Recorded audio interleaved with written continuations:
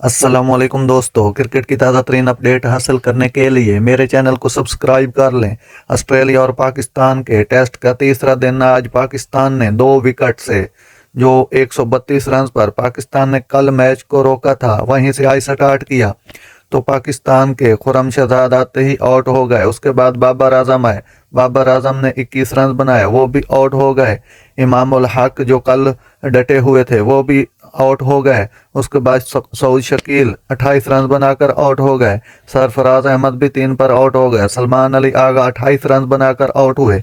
फ़हीम अशरफ 9 पर और आमिर जमाल 10 रन बनाकर आउट हुए। शाहीन अफरीदी एक चौका लगाने के बाद आउट हो गए। इस तरह पाकिस्तान की पूरी टीम 271 रन बनाकर आउट हो गई, जो कि फॉलो ऑन हो गई है। ऑस्ट्रेलिया के 487 के जवाब में पाकिस्तान के 271 फॉलो ऑन का शिकार हुई। पाकिस्तान 287 करने से पाकिस्तान फॉलो ऑन से बच जाता तो अब ऑस्ट्रेलिया की दूसरी इनिंग्स शुरू हो चुकी है। इसमें पाकिस्तान ने डेविड वार्नर को आते ही 0 पे आउट कर दिया।